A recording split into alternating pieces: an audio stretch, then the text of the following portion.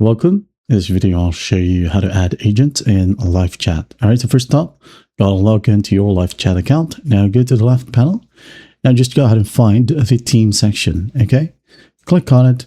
Once done, as you can see here, I already have 2 agents in here. So what I'm gonna do is just go ahead and delete this one, okay? Just for you to see. Now, to add one, you can go ahead and click on Add New Agent, or right here, Invite Agents, okay?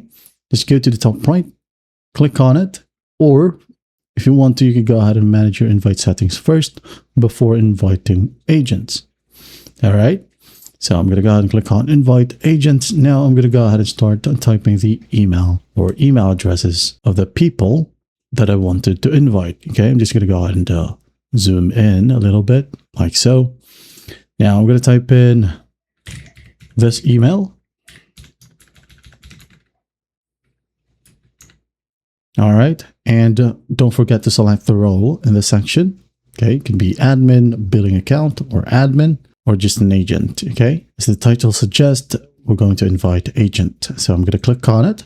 Now I'm going to go ahead and click on send invites. Now, if you want to as well, you can just easily copy the invite link right here if you don't want to enter the email addresses manually. Okay, copy the invite link, send it to the people that you wanted to invite, and do take note that the link will expire in 3 days. Okay, so again, I'm going to click on send to invite.